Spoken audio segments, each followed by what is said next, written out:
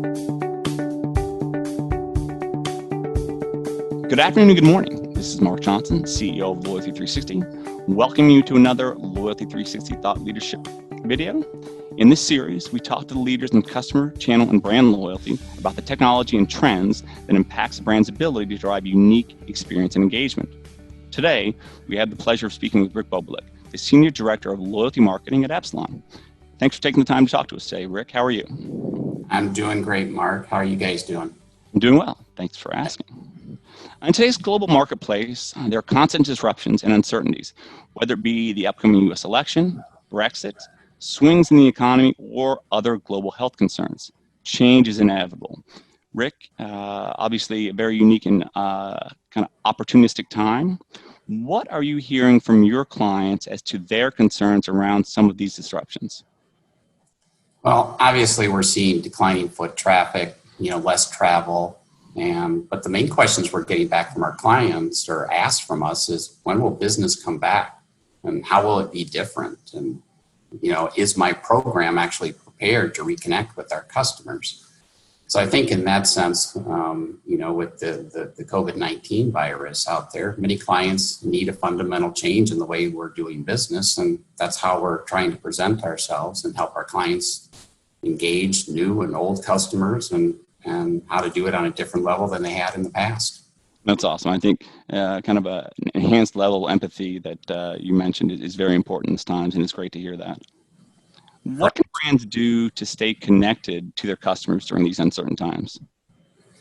Well, I think one of the great things we're seeing right now, and it is tough times, we're trying to keep it positive. I mean, we're trying to deliver a positive experience for our own clients, and how are we communicating that? So if we think about it, we want them to just be human, be real, be a partner. And kind of for the first time, this is where loyalty is getting exciting right now. They're putting people over products. And this really endears customers to be better customers to the brand. That's awesome. And that's, kind of our data-driven insights is really kind of helping that. And that's where loyalty is really playing a good part. That's great. Great to hear. Do you have specific advice or recommendations for these brands as to how to put these processes in place? Yeah. I mean, obviously you cannot carry on business as usual anymore. Brands really have to be flexible and adapt to this business challenge. So where we're really seeing that is how they're reevaluating and communicating with customers. And it's not the same old messaging that we're putting out there and the same old thank yous anymore. We want to help them connect on an emotional level. And it's not just transactional anymore. We don't want them to target people who just lost their jobs, with designer handbags. But more often we want to try to say, hey, maybe how do you dress with an interview that you lost your job? So it's really trying to get to that level of trying to help customers communicate on a more one-to-you level. And I think that's where we're hearing where we can be most effective. So that's number one. Now is the opportunity to kind of create that goodwill, make sure that you're authentic in this. We see lots of examples where, even the New York Times is coming out and all the COVID stuff is free. U-Haul is offering 30 days of free storage for college students. So they're really doing the goodwill aspect of touching on the emotional aspects of what we want in our clients. We're even seeing it in, the UK. They're helping out with, some of the restaurants. Nando's over there is providing, food drops for, the essential services and first responder teams out there. So we like that emotional connection on it. Third, really focus on the customer experience, especially online. Double down on your digital experience. Provide those important updates up front on your homepage. This is where people see the brand right off. Get it across very quickly on it. And specifically in the loyalty side, there's the easy things out there that should be done, obviously, to ease your restrictions and some of your policies because people can't transact with you. Delta and British Airways, Marriott's, they're always thinking of they are proactive in their customer experience. So they're waiving the time period to earn the elite status and giving you your elite status. You're getting free returns periods waived, from the retailers like Adidas and John Lewis. There's many different ways just from the terms and conditions. Go through it, understand what are angst points. How do you re-engage with them before? And how do you re-engage with them again after? The last one is really our adapt or fall behind issue. So this is where these uncertain financial times, maybe a little toxic political environment. This is the time to evolve your program. Look at it. You don't necessarily have to evolve it, but let's look at it. Is it the right value prop for your consumers? That's awesome. Can you talk a little bit more about adapt or fall behind? What does that mean in terms of a loyalty strategy, and how do you put that in place in a manner that can be effectively administered and measured? Well, it's really trying to understand and maybe look at the purpose of your program. A lot of the programs out there, the typical, loyalty programs are rewards based. Do this, get that. But loyalty has evolved. It is a strategy. It is trying to connect with you on a one-to-you level. So we really want to address that customer value proposition more than just the transaction. Yes, are your rewards enough? So as a recession hits and the percent of your customers may become unemployed or underemployed, is it a bad enough value proposition to keep that share wallet? That's good. But they're also, loyalty programs are excellent data in providing customer insights. So this will help you adapt, and not just from a leading or lagging indicator, but a leading indicator. We want you to understand what have your customers stopped doing, but still interacting with you on. So in many ways, we look at, like the restaurant industry that suddenly changed. They've shut down. It's a new business model of how do I get my product out to the customers, and how is that changing the experience, and how do I keep part of that? I want longer lasting emotional engagement and loyalty.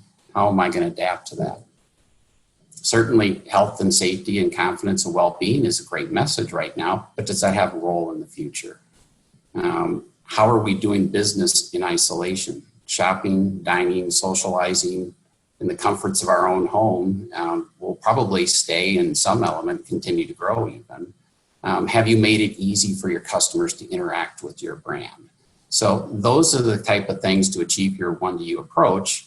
You have to rethink your program, be adaptable to many different types of customers. Some are price value driven, some are service driven, some need more attention and time to make decisions. So how your program adapt to all these, not just one of those segments. That's excellent. And when you mentioned all the disruption and change that we see, how is Epsilon adapting to this rapid pace of change and uncertainty? How are you guys approaching that? Great question.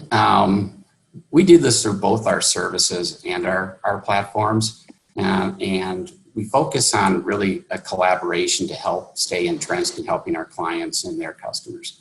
Publicis has recently launched our new internal collaboration tool, Marcel. This is going to be a great asset because we have some of the best talent across the globe. So it's not just our teams. We're going to be very collaborative. This is really going to help our clients. Part of that is on our technology side, we are heavily investing in AI and machine learning. This really better understands how we're going to act and fast. So it's not just a product or transition focus anymore, but the emotional focus. And I think that's where machine learning is really taking off for us. So we have the most talented people I've ever worked with in the industry in loyalty and data marketing side. And having those people in a collaborative environment, the investments we're making in this technology is happening on a speed pace, being pushed by some of our great clients. They want to learn more. They want to see how to maximize their investment.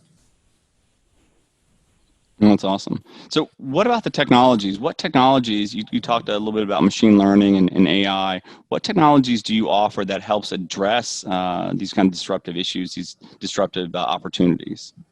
Well, AI and machine learning is very proactive connections for us. So that's the big shift that's coming for us in loyalty. It's not about that transaction and taking those lagging. So, but investment in turning, even reports that we're doing into insights, that kind of asset becomes a very valuable tool to loyalty managers and analytic personnel. Where do I start my day? How do I make better decisions? So that investment in those insights and better metrics on what's working and what's not working, not just the loyalty program, but the business impacts of the loyalty program. So those are some of the technologies actually getting better tools to make those metrics more understandable for loyalty clients. But we're also including some proprietary products that we've had outside of the loyalty tool. We have VAP, we call it VAP, it's a value attrition and promotional capabilities is these. We can actually define and score customers on a proprietary way. We have industry benchmarks that we can help our clients understand where they're performing well within their competitive set out there in retail and in banking or in travel. We have fraud detection tool that's part of our machine learning enhancements. So we can kind of protect the programs and help you manage against those. So those are some of the module terms, but specifically for loyalty, I think our best technology tool that we have is our offer management. We don't call it offer management. It's really a connection management. It's really to drive the most effective outcomes we have that can enable any inbound or outbound marketing system across all our touch points to get better, robust performances based on these rules, data elements that we have coming in. And the cool thing that we just launched on it, we can simulate marketing outcomes with our connection management tool. So no longer do you have to wonder and guess about, hey, how's this promotion going to work, or connection or engagement promotion. We can actually simulate it, and you can better define your budgets and add in more segments or clients, memberships in there. We can do a better job of predicting for you. That's awesome. Pulled all together in that technology, though, Mark, it's the people. If you don't have good loyalty marketing professionals helping you, so our loyalty technology team is tied to the hip with our strategy team and our client services team. So we get great input and understanding where do we go next. Like we mentioned before, we got some great clients out there. They're the experts out there in loyalty. It used to be the other way around, but we've got some great clients pushing us to kind of evolve not only our thinking, but our products and services and how we can engage better with them. Excellent. Well, thank you very much. We look forward to hearing more from you and your organization later this year. And again, thanks for taking the time to talk to me today and talk to us. All right, Mark. Great to hear from you. Thanks.